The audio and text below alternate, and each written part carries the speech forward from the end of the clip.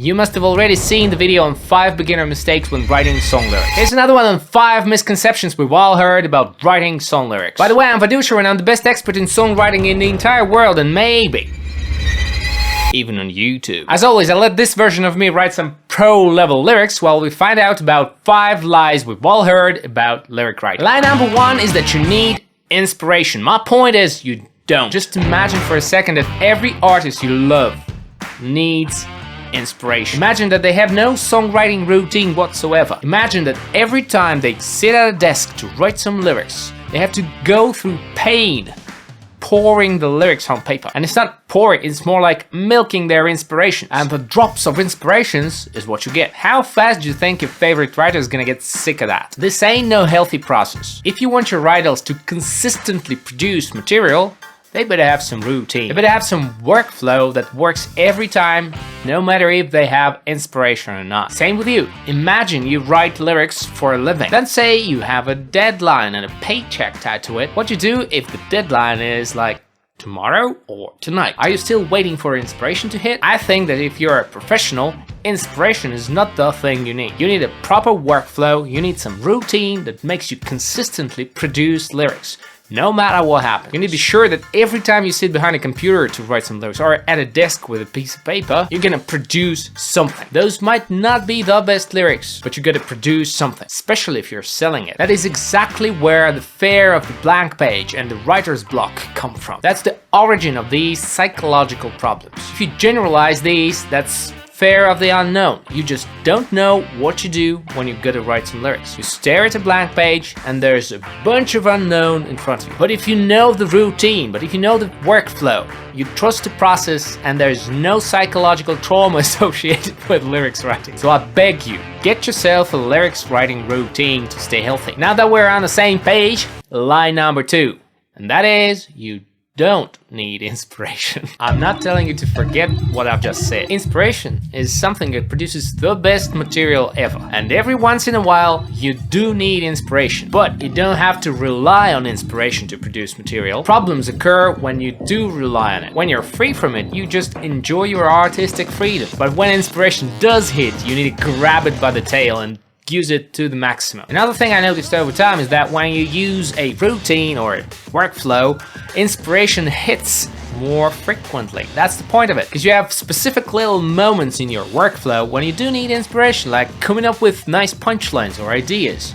That's where you do need inspiration. You will have some punchlines, but you will have way better punchlines if there's inspiration. So inspiration is a cool bonus, but bonuses is not something you gotta rely on. So if you wanna write lyrics professionally, you gotta find some balance between inspiration and the workflow. Combining the two produces the best result. Another use of inspiration is when you, for example, are taking a shower and something hits you and you have a line, a very nice, catchy hook. But when you have no workflow to develop the hook into an entire song, the hook is useless. So some good balance there is what you need. Lie number 3 is that you need a consistent poetic meter in your song lyric. It sure is a lie because there's a bunch of lyrics that break the poetic meter all over. Normally in a song, the melody is what narrates you the syllables. So when you think of a poem and a piece of song lyrics, these two are not quite interchangeable. A poem is something that's gonna be read by somebody. You need to make sure it's consistent and steady so that the reader reads it the way you intend it to. Because if the meter is off all over the place, the reader is gonna be confused. Songs, on the other hand, are sung. Too obvious there? And the singer does narrate the meter, whatever the meter is, even if it's very odd, even if it's very uneven. And the listener does not have to imagine what the meter is. So these two things are very, very different. You can take a poem and make it into a song every single time, but you can't take a random piece of song lyrics and 100% guaranteed make it into a poem. Sometimes you need to tweak the lyrics to make it sound like a poem. That's the difference, the poetic meter. Song lyrics do not have to be iambic or trockees or whatever the meters are. Song lyric meters do not have to be the ones you studied in your literature class. So poetic meters are not that important in songwriting. And that exactly is lie number 4.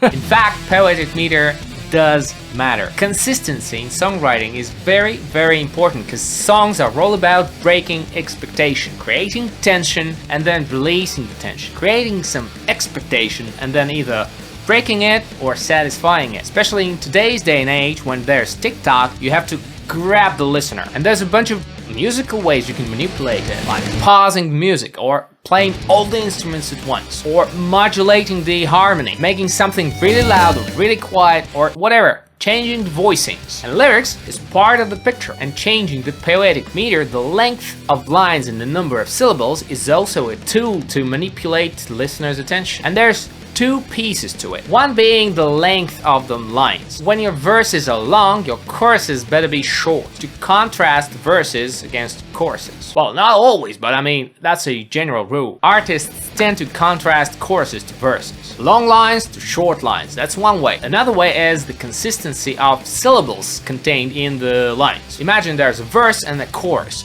and the verse is long lines and the chorus is short lines. Imagine it's long, inconsistent lines and short, inconsistent lines. That's just one attribute changing. But when you have long, inconsistent lines changing to short, consistent lines, that's two attributes: length and consistency. Normally it makes much more impact on the listener than changing just one attribute. Imagine you add music to it, phrasing and instrumentation, and other musical ways to manipulate the listener's attention. This gives artists an enormous range of tools, thus giving them huge artistic freedom. And when they have it, they feel better when writing song lyrics, when songwriting. And it means they either produce more quality songs, just plain better material, or more material. That's a win-win situation here. So on the one hand, meter is not that important, but that's something that you can manipulate if you're a pro. And line number 5, last but not least, is that songs need to have good, well-written lyrics. Take a moment and remember a popular song that you don't like the lyrics to, that has very poorly written lyrics, that have no artistic value whatsoever. Does this sound like Billboard Top 50 to you? I imagine best-selling songs sometimes do have very good lyrics, but on the other hand, oftentimes they don't. Quality of lyrics is not directly correlated with the success of the song, with whether you're gonna like it or not. And even more, for some people, lyrics are just more important than for the other. Add to this the success of Korean pop. Do you really understand the lyrics of that?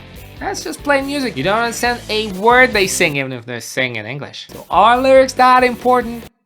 Wouldn't say so. I'm sure you know a bunch of local or smaller artists that are not widely known, but they do have very good lyrics. Good lyrics aren't the prerequisite to success. If you ask me, I do like good lyrics. I like to listen to something that's artistically valuable. You've made it till the end. Thank you so much, and I wish you as much inspiration as you ever need.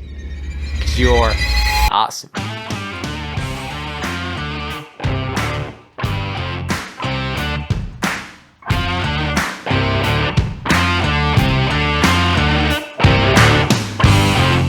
You are.